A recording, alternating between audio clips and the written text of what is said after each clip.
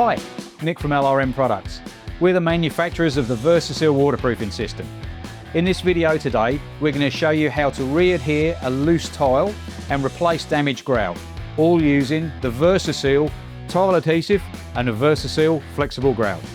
This house is about 20 years old and has a few tile issues. So let's go and have a look at the process. In this area there's a loose tile, so we'll cut the sealant, lift the tile, clean out underneath and then re-adhere the tile. We're using a 10mm notch trowel on this floor tile and making sure it is flush with the rest of the tile surface. We'll let this dry for 24 hours before regrouting. This area has damaged grout, so we'll remove the grout with a grout saw and clean the area.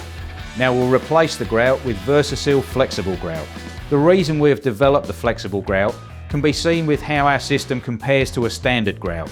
This is a cementitious grout which has no flexibility. This is our flexible grout which can flex and move with any normal movement that you might experience in your tiled area. The VersEseal flexible grout is pushed down into the grout joint and then shaped with a dry tool. We then clean the bulk of the surplus grout away with a damp sponge. Try not to get any water onto the joint. We'll let this dry and firm up before cleaning off the grout haze.